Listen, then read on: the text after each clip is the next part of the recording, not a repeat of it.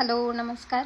मी क्रांती पाटील. आजच्या व्हिडिओमध्ये तुमचं सर्वांचं मी खूप खूप स्वागत करते. मे बी आजचा व्हिडिओ लॉंग होऊ शकतो, त्याचा टाईम थोडा जास्त असू शकतो, पण प्लीज तुम्ही माझ्या व्हिडिओला कंटिन्यू असावं राहा ही मी नम्र विनंती करते. आणि जर व्हिडिओ चांगला वाटला तर प्लीज शेअर करा, कमेंट करा, तुमचं मत काय ते मला सांगा. आणि आजचा टॉपिक मी काही कॉन्टेंट म्हणून किंवा व्ह्यूज मिळावे, माझ्या चॅनलची ग्रोथ व्हावी यासाठी म्हणून बिलकुलच नाही आहे. एक आपण समाजाचं काहीतरी देणं लागतो, काही विषयांवर बोललं गेलं पाहिजे किंवा बोलावं वाटतं आहे म्हणून मी ह्या विषयावर बोलते आहे. आणि तुम्हाला ते कितपत योग्य वाटतं, कसं वाटतं, काय वाटतं ते तुम्ही मला नक्कीच सांगू शकता. आणि माझ्या व्हिडिओमधनं मला कोणाचं मन दुखवायचा बिलकुल हेतू नाही आहे. तसं वाटलं तर मी आधीच माफी आता बोलण्यातनं मी जसं व्हिडिओचं सांगते, बोलण्यातनं तुम्हाला मी कोणत्या विषयावर बोलणार आहे कदाचित काहींना त्याचं आयडिया येऊन गेली असेल. सगळीकडे सध्या वैष्णवीचा टॉपिक चालू आहे की तिच्या सुसाईडबद्दल, तिचं झालेल्या छळाबद्दल. हाच टॉपिक म्हणजे फेसबुक, इंस्टा, यूट्यूब सगळीकडे वैष्णवीचाच विषय आहे. सो मलाही वाटलं की आपणही काहीतरी याविषयी मत मांडावं. तर मी बरेच कमेंट्स, बरेच व्हिडिओज बघितले आणि प्रत्येकाचं व्यक्ती तेवढं प्रकृती त्याप्रमाणे प्रत्येकाचं वेगवेगळं मत होतं. तसंच माझं एक मत असणार आहे. पण अनेकांचं म्हणणं असं होतं, कोणाचं म्हणणं काय एवढा हुंडा देणारे चुकले, तर ती तर चुकी आहेच. वैष्णवीने आधी सांगायला पाहिजे होतं, तिने सहन करायला नको होतं. अशा बऱ्याचशा गोष्टी होत्या. गरिबाला दिलं असतं, एवढी काही गरज नव्हती करण्याची. तर मला आज ह्या गोष्टीवर चर्चा करायचीच नाही आहे की कोण चुकीचं आहे, कोण बरोबर आहे आणि काय करायला हवं होतं काय नको. होणारी ती गोष्ट आहे, ती होऊन गेली आहे. मला एक म्हणायचं होतं की बरेच लोक असं म्हणत आहे की तिने लव्ह मॅरेज केलं, अरेंज झालं असतं, वडिलांच्या म्हणण्यानुसार केलं असतं तर असं झालं नसतं. एकच मुद्दा आहे, तुम्ही लव्ह मॅरेज करा किंवा अरेंज मॅरेज करा, तुमचा संसार योग्यरित्या पार पाडून नेणं ही जबाबदारी फक्त त्या दोन व्यक्तींची असते. तुमच्यामध्ये अंडरस्टँडिंग असेल, तुमच्यामध्ये प्रेम असेल, तुमच्यामध्ये विश्वास असेल तर तुम्ही एनी हाऊ कंडिशनमध्ये तुमचा संसार पार पाडू शकता. आणि तुमची इच्छा पाहिजे. मुळात तुमच्या समोरच्या व्यक्तीवरचा विश्वास, तुमच्या समोरच्या व्यक्तीवरची काळजी, ह्या सगळ्या गोष्टी संसारामध्ये तितक्याच इम्पॉर्टंट आहे. मग त्या संसारामध्ये पैसा आहे नाही आहे ह्या गोष्टी मॅटर नाही करत. सो हे लव्ह मॅरेज आणि अरेंज मॅरेज हा मुद्दा नाही. लव्ह मॅरेज असो किंवा अरेंज मॅरेजमध्ये, लव्ह मॅरेजमध्ये एवढा फरक असतो की मुलाला मुली आधीपासून ओळखत असतात, थोडी माहिती असते. आणि अरेंज मॅरेजमध्ये तसं नाही होत. तर लव्ह मॅरेज जरी केलं, अरेंज मॅरेज जरी केले, कोणीही घ्या, तुम्ही एखाद्या व्यक्तीच्या 24 तास जोपर्यंत सहवासात राहत नाही तोपर्यंत तो व्यक्ती तुम्हाला पूर्णपणे समजत नाही. जसा जसा संसार पुढे जातो तशा प्रत्येकाचा स्वभाव गुण, प्रत्येकाचा नवीन नवीन गोष्टी त्या व्यक्तीला कळत जातात. त्याच्यामुळे हे लव्ह मॅरेज असतं तर लव्ह मॅरेज होतं तरी तुटलं, अरेंज मॅरेज असतं तर असं झालं नसतं, अशा गोष्टी याचा काही बेसच नाही आहे. खरं तर तुम्ही लग्न कोणतंही करा, लव्ह मॅरेज करा किंवा अरेंज मॅरेज करा, त्याला फक्त तुम्ही दोघं जबाबदार आहात की तुम्हाला तुमचा संसार कसा सुरळीत पार पाडायचा आहे, हे जास्त महत्त्वाचं आहे. खरं तर म्हणायला मुलामुलीचं लग्न होतं असं म्हणतात, पण रिॲलिटी अशी आहे की ती पूर्ण फॅमिलीसोबत ती जोडल्या जाते, पूर्ण फॅमिलीसोबतच तिचं लग्न होतं असं म्हणायला काही हरकत नाही आहे. पूर्ण फॅमिलीची जबाबदारी तिला उचलायला लागते. ती एक पूर्ण कुटुंब सोडून दुसऱ्याच्या घरामध्ये येते आणि ते कुटुंब कायमस्वरूपी आपलंसं करते ते आणि सगळं तिचं तिथंच असणार असतं. ती सगळं विसरून सगळ्यांना आपलंसं करण्याचा प्रयत्न करते. तर तिला किती सांभाळून घेतलं पाहिजे एखाद्या कुटुंबाने, तिची किती काळजी घेतली पाहिजे, ती कम्फर्टेबल आहे की नाही आपल्या घरामध्ये, ती जर सगळं सोडून येते तर तिला किती आपण जपलं पाहिजे, तिला ह्या गोष्टी पटताय नाही पटताय. दुसऱ्याचं लेकरू आपण घेऊन येतो तर त्याला त्या जबाबदारीने, त्या माणुसकीने तरी तिच्याशी नीट वागलं पाहिजे, ही जाण समाजाने ठेवली पाहिजे. आपल्याकडे सुनेला तो दर्जाच दिला जात नाही. असे बरेच घर आहे तिथे नाही. अशी बरीच कुटुंब आहेत, असे बरेच फॅमिलीज आहेत की तिथे सून म्हणजे फक्त मुलं सांभाळण्यासाठी, किंवा एक सून आणलंय तिला तेवढी ते महत्त्वाचं स्थान तिच्यासाठी नसतं. घरातल्या कुटुंबामध्ये तिला ते स्थान, जे इतरांनी वागणूक असते तशी तिला वागणूक नसते. सो असे बरेचसे कुटुंब आहेत. ही जी थिंकिंग आहे ना, ही लोकांनी आता बदलायला पाहिजे.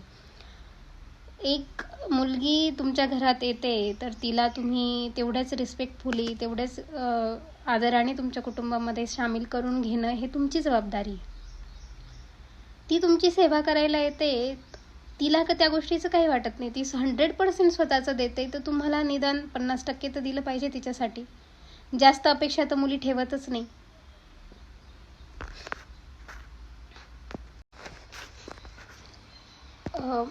माझं एवढंच म्हणणं आहे की आता मी झाली, मला मुलगा आहे, बाकीचे कोणाला मुलं आहेत किंवा मुली, जे कोणी पॅरेंट्स होत आहे, आत्ताचे पॅरेंट्स आहे, न्यूली पॅरेंट्स आहे, किंवा जे कोणी आत्ता माझा व्हिडिओ बघताय, त्यांना माझा एकच सांगणं आहे की आपण आपल्या मुलांना अशी शिकवण द्या. हे आता गरजेचं झालं आहे की त्यांनी मुलीचा रिस्पेक्ट केला गेलाच पाहिजे. उद्या उठून ते जेव्हा आपल्या घरामध्ये सून घेऊन येतील, तिला तेवढंच कम्फर्टेबल, तेवढ्याच आदराने आपल्या फॅमिलीचा मेंबर करून घेता आलं पाहिजे. आणि आपणही त्याच जबाबदारीने तिच्याशी वागलंही पाहिजे.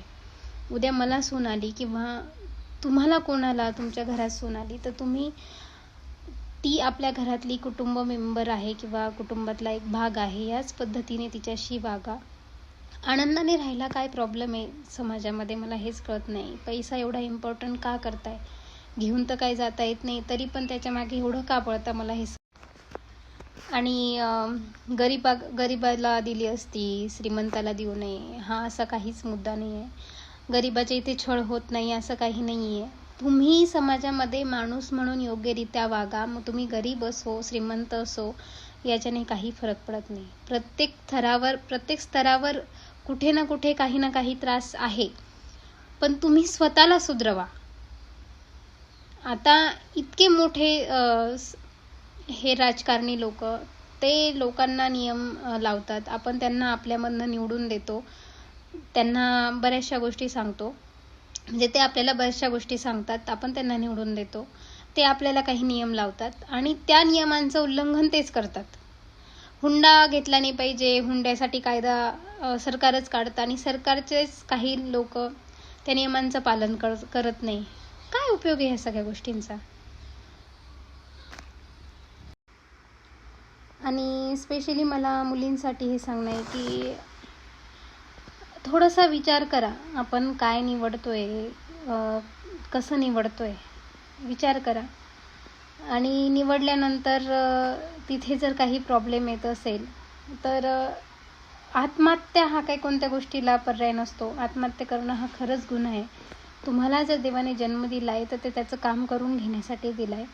जोपर्यंत त्याचं काम तुमच्याकडनं पूर्ण होत नाही, तो तुम्हाला स्वतःहून बोलवत नाही, तोपर्यंत तुम्हाला तुमच्या जीवाशी खेळण्याचा काही अधिकार नाही. आणि सगळ्यात मेन मुद्दा, तुमच्या जर आयुष्यामध्ये तुमचं बाळ आहे, अगदी तहानं बाळ आहे, तरीसुद्धा तुम्ही त्याला सोडून जाण्याचा विचार करत असाल तर हा खूप मोठा गुन्हा आहे. कोणाच्या भरोश्यावर सोडून जाणार आहे तुम्ही त्याला? कशासाठी?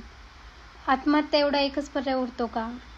त्यावेळेला कोणाशी तरी ज्या वेळेस असे मनात विचार येत आहे की तुम्हाला सगळं संपल्यासारखं वाटतंय, काही पर्याय मिळत नाहीये, तर कोणाशी जवळच्यांशी बोला, मन मोकळं करा.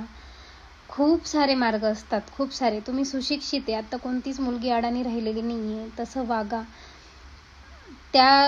म्हणजे वैष्णवीच्या मुलाचं बघून माझं इतकं डोकं बंद पडायची वेळ आली की 9 महिन्याचं बाळ, अजून आई सुद्धा बोलत नाहीये आणि तिने हा पाऊल उचलला. तिच्या मागे खूप मोठी बॅकिंग होती, निघू शकत होती कदाचित ती आणि निघालीही असती, पण माहिती नाही. आता तिच्याकडेच तिच्या सगळ्या आपल्या प्रश्नांची उत्तरं सगळे तिच्याकडेच आहे आणि आता काहीच करू शकत नाही. तुमच्या मागे असणाऱ्या जीवांचा त्यात काहीच दोष नसतो. तुम्ही का त्यांना असं संकटामध्ये सोडून जातात? का त्यांना असं पोरकं करून जातात? काहीच उपयोग नाही या सगळ्या गोष्टींचा. आत्महत्या हा पर्याय नसतो. तुम्ही त्यातनं सुटू शकता. नाही घरचे सपोर्ट करत आहे, तुम्ही पोलिसांमध्ये जाऊ शकता. प्रत्येक संसारामध्ये थोडंफार 19-20 हे चालत असतं. थोडा त्रास, थोडा आनंद, काही ऐकायचं, काही सोडून द्यायचं, असं प्रत्येक ठिकाणी असतं. पण सहन कितपत करावं याला एक मर्यादा असते. काही गोष्टी ह्या सहन करण्याच्या पलीकडे असतात. त्यावेळेस आपण त्या ओळखून घ्यायच्या की नाही बाबा, हे नॉर्मल नाही आहे. जेव्हा तुम्हाला हे कळायला लागतं ना, तुम्ही 1 गोष्ट पोटात घालाल, 2 गोष्ट पोटात घालाल, पण सहन करण्याची जी मर्यादा असते ना, तिथपर्यंत तुम्ही सहन करा. तुम्हाला एक क्लिक लागते, आपल्याला कळतं, आपला 6 सेन्स तेवढा जागरूक ठेवा. तुम्हाला कळतं की हे सहन करण्यासारखं नाही आहे, त्यावेळेस योग्य ते पाऊल उचला. आईवडिलांना समजून सांगा. कोणी विश्वासात येत असेल, कोणाला विश्वासात घेऊन समजून सांगा. ह्या गोष्टी सहन करण्याच्या नसतात आणि आत्महत्या हा पर्याय निवडू नका. खूप साऱ्या गोष्टी मुलींना, आता भरपूर कायदा आहे, तुमच्या मागे कायदा उभा राहू शकतो, तर तुम्ही कायद्याने जा, पण कृपा करून आत्महत्या करू नका. शेवटी मी एवढंच सांगू इच्छिते, आपल्या आजूबाजूला समाजात कुठे अशा गोष्टी तुम्हाला दिसत असतील, कोणाला योग्य गायडन्स तुम्हाला देता येत असेल, कोणाला मदत करता येत असेल, तर तुम्ही त्या अनुषंगाने पावलं उचलत जा. कोणाला आपला फायदा होत असेल तर तेवढी तुम्ही मदत करा. आणि आपल्या घरांमध्ये आपल्या मुली कुठे दिलेल्या असतील, सुना आपल्या घरामध्ये असतील, तर कृपा करून त्यांची काळजी घ्या. त्यांना काही त्रास होतोय का, त्यांच्याशी बोला, विचारा. तुमच्या मागे जर मुलं बाळं असतील, मुलींना मी परत सांगते, तुमच्या मागे जर मुलं बाळं असतील तर कृपा करून तुम्ही त्यांना पोरकं करण्याचा विचार कधीच डोक्यात आणू नका. तुम्ही जर जन्म घातलाय तर त्यांना त्यांचा लाईफ देण्याची जबाबदारी पूर्णपणे तुमची आहे. तुम्ही त्यांना अर्धवट सोडून जाणं हा तुम्हाला कोणी अधिकार देत नाही. त्या बाळाला तुम्ही जन्म घालता तर त्या बाळाची काळजी घेणं ही पुरेपूर जबाबदारी तुमची आहे. पळवाटा काढू नका. आजचं माझं हे बोलण्यासारखं खूप आहे. बोलायला गेले तर खूप वेळ बोलूही शकते, पण मी आता इथे थांबते. कोणाला काही दुखावलं गेलं असेल, कोणाला माझ्याकडनं काही चुकीचं बोललं गेलं असेल, तर मी सर्वांची माफी मागते. आणि माझा हा व्हिडिओ काही मुलींपर्यंत पोचवता आला तर नक्कीच पोचवा. मी आजचा व्हिडिओ वैष्णवीला श्रद्धांजली म्हणून बनवला आहे. तिला माझ्याकडनं ही मी श्रद्धांजली समजते की, आणि नको समाजात परत वैष्णवी निर्माण व्हायला, नको समाजात परत एखादं बाळ पोरकं व्हायला, नको समाजात कोणत्या आईवडिलांची मुलगी जायला. म्हणून कृपा करून माझा हा व्हिडिओ गरजू मुलींपर्यंत पोचवा. किंवा तुमचं काही मत असेल, तुम्हाला काय वाटतं, मी काय बोलली हे तुम्हाला योग्य वाटतं नाही वाटतं, हे मला कमेंट करून नक्की कळवा. तोपर्यंत नमस्कार आणि काळजी घ्या.